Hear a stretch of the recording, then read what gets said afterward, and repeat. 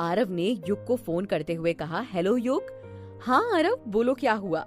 हम लोग आज अमन को देखने जा रहे हैं, तुम चलोगे? आरव ने पूछा। हाँ बिल्कुल, मैं भी चलूंगा, युग ने जवाब दिया। तो ठीक है, तुम 5 बजे मधु के घर आ जाना। हाँ मैं आ जाऊंगा, युग ने कहा। तो ये सुनकर आरव ने फोन कट कर दिया। मधु लंच करने के बाद अपनी जगह से उठी और एक थाली में खाना लेकर प्राची के पास गई। प्राची बेड पर चुपचाप खोई खोई सी बैठी हुई थी। प्राची को देखकर मधु ने खाने की प्लेट एक साइड में रखी और उसके सामने जाकर बैठ गई। मधु को देखकर प्राची ने अपना ध्यान हटाया और उसे देखकर बोली, क्या हुआ? कुछ भी तो नहीं, मैं तो बस देख रही हूँ उस प्राची को जो हर दिन बलिदान पर बलिदान देती जा रही है। ये सुनकर प्राची रोते रोते बोली, तो क्या करूं? और मधु से लिपट गई। मधु ने प्राची को समझा बुझा कर चुप कराया और बोली, टेंशन मत लो, मेरा यकीन करो, अब तो सब अच्छा ही होगा। क्या अच्छा होगा, क्या बुरा, मैं नहीं जानती, पर अगर मेरी वजह से अमन को कभी कुछ हो गया तो मैं जीते जीते मर जाऊंगी। मधु, जीते जी मर जाऊंगी मैं, सच्ची बता रही हूँ। मैं उसकी जिंदगी में ग्रहण बनकर आई हूँ, तभी तो जब मैं उसके पास जाती हूँ उसके साथ कुछ बुरा हो जाता है। ये कैसी बहकी बहकी बात कर रही हो तुम? जब मैं ये सारी बातें कहती थी तो तुम मुझसे क्या कहती थी? बचपना छोड़ो, और अब तुम खुद ये सारी बातें कर रही हो। हाँ तो क्या हो गया? क्या हो गया है तुम्हें प्राची? ये समय टूटने का नहीं बल्कि खुद को संभाल लेने का है। अब अमन पूरी तरह ठीक भी हो जाएगा, अब क्यों खुद को कोस रही हो? हाँ, मधु ने कहा। क्या करूं मैं, तुम ही बताओ, प्राची रोते हुए बोली। कुछ मत करो, बस खुद को संभालो। अच्छा ये बताओ, चल रही हो ना अमन से मिलने या नहीं? नहीं, मुझ में इतनी हिम्मत नहीं है कि मैं उसका सामना कर सकूं, तुम लोग जाओ, प्राची ने जवाब दिया। तो सब लोग तैयार होकर अमन से मिलने हॉस्पिटल गए। उन सबको देखकर अमन को थोड़ा अजीब लगा, पर फिर भी आज उसने थोड़ा तमीज से उन सब से पेश आए और सोचा कि अपने हाथ में बुके लेकर आए थे। सबने अमन को बुके दिया तो अमन ने प्यार से थैंक यू भी बोला। कैसे हो अमन? निखिल अमन की ओर देखते हुए बोला। ठीक हूँ, थैंक गॉड तुम ठीक हो, आरव ने कहा। हाँ, ऊपर वाले ने मुझे बचा लिया। खैर तुम लोग यहाँ? अमन ने सबकी ओर देखकर कहा। हाँ, तुमने ही तो अपनी शादी के लिए हमें इनवाइट किया था, तभी तो हम इंदौर से दिल्ली भागते हुए आए थे, और हमें क्या पता था कि शादी वाले दिन ही तुम्हारा। ये कहते कहते आरव रुक गया तो अमन मुस्कुराते हुए बोला, किसे पता था कि ऐसा कुछ हो जाएगा। अमन ने इतना कहा और फिर उन सबके बीच किसी को ढूंढने के लिए अपनी नजरें दौड़ाने लगा, पर कोई नहीं दिखा तो उससे रहा नहीं गया। उसने पूछ ही लिया, क्या बात है, प्राची नहीं आई तुम लोगों के साथ? हाँ, आती भी कैसे, उसे तो बहुत खुशी हो रही होगी ना, खुशियां मना रही होगी वो मेरी मौत की, अब तो बहुत खुश होगी। वो तो वैसे भी गिरी हुई लड़की है और उसकी शक्ल मुझे नहीं देखने को मिले तो मेरे लिए अच्छा है। अमन की बात सुनकर युग का गुस्सा बहुत बढ़ गया और वो अमन को जवाब देने के लिए जैसे ही आगे बढ़ा तो आरव ने उसे रोक लिया। निखिल अमन की बात सुनकर ठीक है हम चलते हैं ऐसा बोलने लगा और इसके बाद सब वहाँ से निकल आए। गाड़ी में बैठकर सब वापस घर जा रहे थे तो युग आरव को देखकर बोला, तुमने मुझे रोक क्यों लिया? भूल गए तुम प्राची ने कसम दी थी हमें उसको कोई भी बात नहीं बतानी है। प्राची ने बोला है बस। क्यों नहीं बताएगा? ताकि वो दिन भर प्राची को गाली ही देता रहे। जिस लड़की ने उसकी जान बचाई है उसे शुक्रिया कहने की बजाय वो उसे गाली दे रहा है, और तुम लोग चाहते हो कि मैं ये सब सुनकर भी चुप रहूं।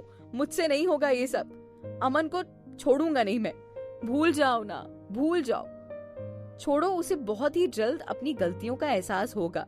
ऊपर वाले क्या देर है अंधेर नहीं, वो जरूर न्याय करेगा।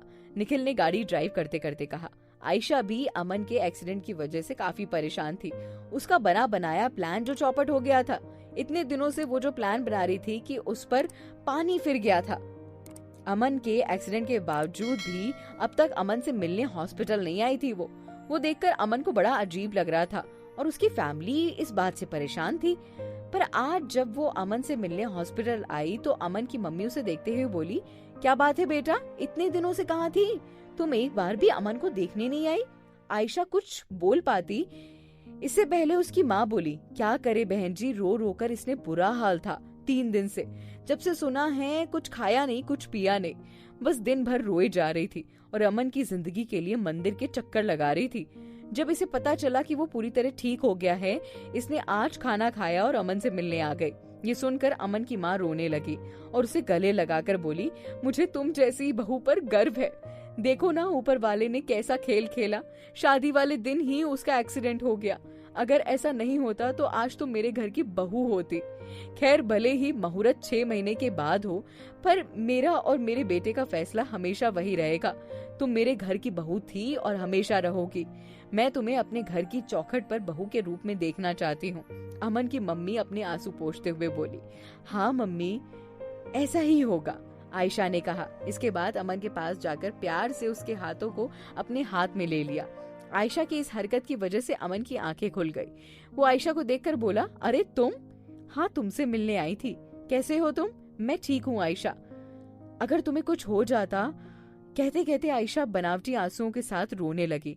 तो अमन उसे समझाते हुए बोला, अरे पागल, मुझे कुछ नहीं होगा, तू है ना मेरे साथ। तेरी मन्नतें और नतीजों की वजह से आज मैं बिल्कुल ठीक हो गया हूँ। अब क्यों फिक्र करती हो? अमन की बात सुनकर आयशा मुस्कुराई और उसे आराम करने के लिए बोलकर वहां से चली गई।